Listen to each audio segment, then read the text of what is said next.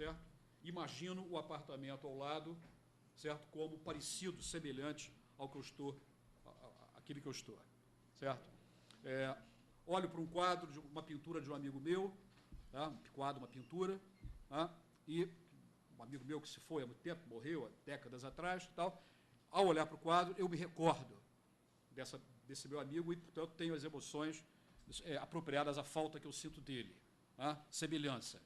Ou a ideia de alguém com uma mão machucada, certo? Os 3 exemplos são rio-mianos. A ideia de uma mão machucada me faz imaginar a dor que se segue ao fato de alguém ter machucado a mão. Ou seja, o princípio da causalidade. Isso são associações de ideias. Né? Esses 3 modos esgotam para Hume a mecânica da associação de ideias. Né? Quer dizer, portanto, semelhança, contiguidade, causalidade são operadores de sentidos presentes nas nossas associações de ideias. Isso não põe nenhum limite ao conteúdo possível das associações de ideias. Esse é o ponto fundamental. Certo? Eu não consigo imaginar outra forma, além dessas 4, para associar ideias, vai dizer Hume.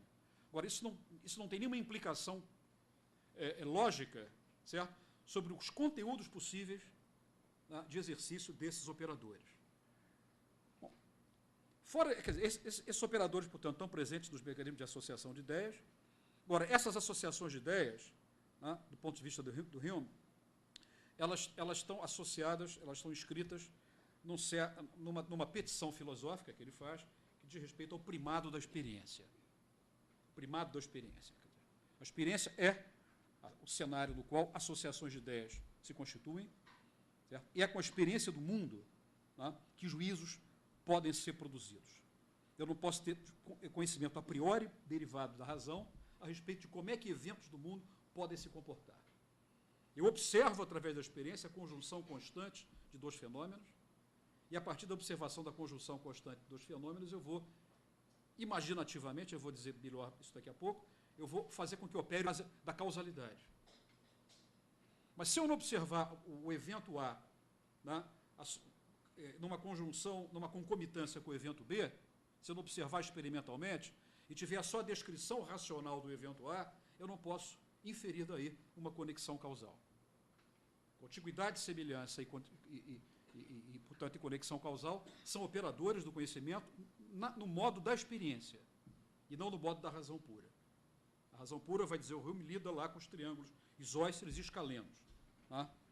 Nós lidamos com outras coisas, com o mundo da extensão, e esse mundo da extensão ele é, digamos assim, habitado e configurado por essas operações presentes nesses 3 modos básicos que estão ligados à associação de ideias. Tá? Há, portanto, um viés anticartesiano explícito nessa posição.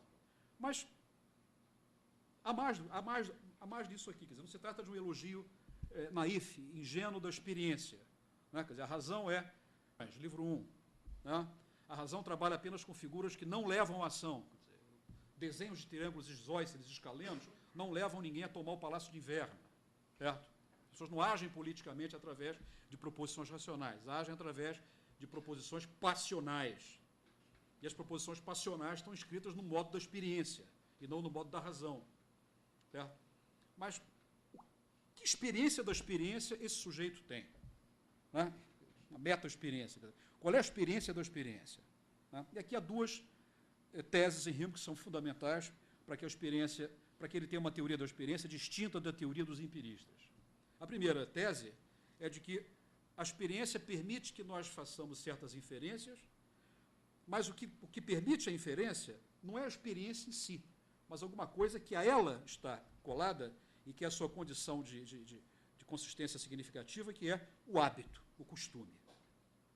O hábito e o costume. Tá? Esse tema já está posto, mas aqui aparece de uma maneira extremamente elegante e sem muito, do ponto de vista inequívoco. Né? Visto que todas as vezes que a repetição de um ato ou de uma determinada operação produz uma propensão a renovar o mesmo ato ou a mesma operação, sem ser impelida por nenhum raciocínio ou processo do entendimento, dizemos sempre que essa propensão é o efeito do costume. Certo? Utilizando esse termo, não supomos ter dado a razão última de tal propensão. Quer dizer, propensão de, ao observar certas coisas que acontecem, imaginar que elas vão continuar acontecendo. Utilizando esse termo, não supomos ter dado a razão última de tal propensão. Indicamos apenas um princípio da natureza humana. Deslocou da ontologia para a natureza humana. Um princípio da natureza humana, que é universalmente reconhecido e bem conhecido por seus efeitos. Talvez não levar nossas investigações mais longe, e nem aspiramos a dar a causa dessa causa. Porém, devemos contentar-nos com que o costume é o último princípio que podemos assinalar em todas as nossas conclusões derivadas da experiência. Então, essa é a caução última, né? É o costume. Tá? Mais uma coisa rápida sobre o costume. O costume é, pois, o grande guia da vida humana. É o único princípio que torna útil a nossa experiência, que nos faz esperar no futuro uma série de eventos semelhantes àqueles que aparecem no passado. Sem a influência do costume, ignoraríamos completamente toda a questão de fato, que está fora do alcance dos dados imediatos da memória e dos sentidos. Nunca poderíamos saber como ajustar os meios em função dos fins, nem como empregar nossas faculdades naturais para a produção de um efeito.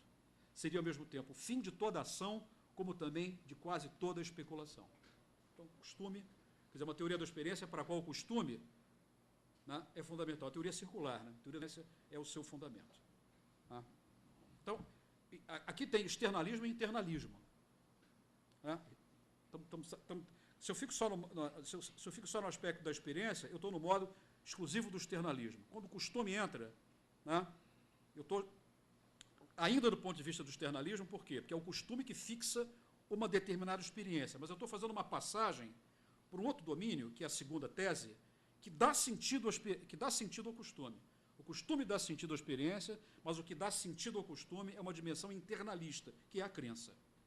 Aqui entramos com a crença. Eu tenho que crer, tá certo? Que a bola de bilhar que foi lançada vai atingir a outra bola de bilhar no outro ponto. Tá? A bola de lançar é brilhada, eu olho para o outro lado e eu continuo acreditando, eu acredito que a bola de bilhar, ao bater na outra bola de bilhar, vai produzir um determinado efeito. Eu acredito na existência do mundo exterior, acredito na regularidade dos fenômenos. Portanto, acredito que a repetição de uma conjunção constante dos fenômenos define um procedimento de causalidade, me permite dizer que A causa B. Portanto, estamos transitando aqui para um domínio que tem mais a ver com aquilo que os filósofos podem definir como modo da internalidade, do internalismo. Tá? Quer dizer, é uma ideia que havia sido já desenvolvida por Montaigne no século XVI e por Pierre Bayle no século XVII, que é a ideia do homem como animal que crê. Essa é a ideia. O homem é um animal que crê. Isso está posto claramente por Bayle, havia sido sugerido por Montaigne. Né? E acho que esse é um ponto que merece maior inspeção. Né? Quer dizer, eu acho que esse texto faz várias coisas, mas o que ele faz mais sublime é ensejar uma discussão a respeito do trabalho da crença. E aí, os últimos 5 ou 10 minutos que eu queria chamar a atenção para esse ponto aqui da crença. Certo? O que é a crença? Como é que a gente pode defini-la? A crença é o resultado necessário de colocar o espírito em determinadas circunstâncias. Colocar o espírito em determinadas circunstâncias. Quer dizer, é um modo, portanto, de operação do espírito, vou usar os termos que são humianos, depois a gente faz o ajornamento que se fizer necessário, certo? Quer dizer, circunstância é o modo da externalidade, né? Circunstância exterior. Né? A ação do espírito é do entendimento, né? Que é o próprio termo que ele emprega em várias vezes. O entendimento ordena a circunstância. Né? Ele ordena a circunstância. Já sabemos quais são os operadores do ordenamento: contiguidade, semelhança e causalidade. Certo? Mas a consistência epistêmica, deixa eu explicar isso melhor. Esse ordenamento tem que ter uma consistência epistemológica. Tá? Eu tenho que descrever o mundo, algum mundo para alguém, e tenho que epistemologicamente ser capaz de fundamentar o que eu estou dizendo. Agora, a condição, ou seja, o saber que eu produzo sobre o mundo se sustenta, a condição da consistência epistemológica é a consistência epistêmica, que se dá no sujeito. Quer dizer, a crença que o sujeito tem que ele está a falar de processos, aspas, reais. Quer dizer, é alguma coisa que está inscrita no modo da convicção. É pré-experimental essa convicção. certo? Quer dizer, esse é um pensador curioso, né, que faz da experiência o cenário da produção de conhecimento, herda isso da tradição empirista, mas, por outro lado, põe o tema da crença como condição da experiência. Né? E a crença, de onde é que o que está por trás da crença? Não há por trás da crença. Né? A crença é o fato básico, originário, de tomar o mundo existente como existente. Tomar o mundo como algo existente. Essa crença não é experimental. Eu não experimento o mundo para depois crer que ele é existente. Certo? Isso é completamente imperito filosoficamente. Dizer que eu experimento o mundo primeiro para depois tomá-lo como existente. Alguém vai pegar, mas como é que você experimenta o mundo se você não julga existente? Né? A experiência é essa que você tem.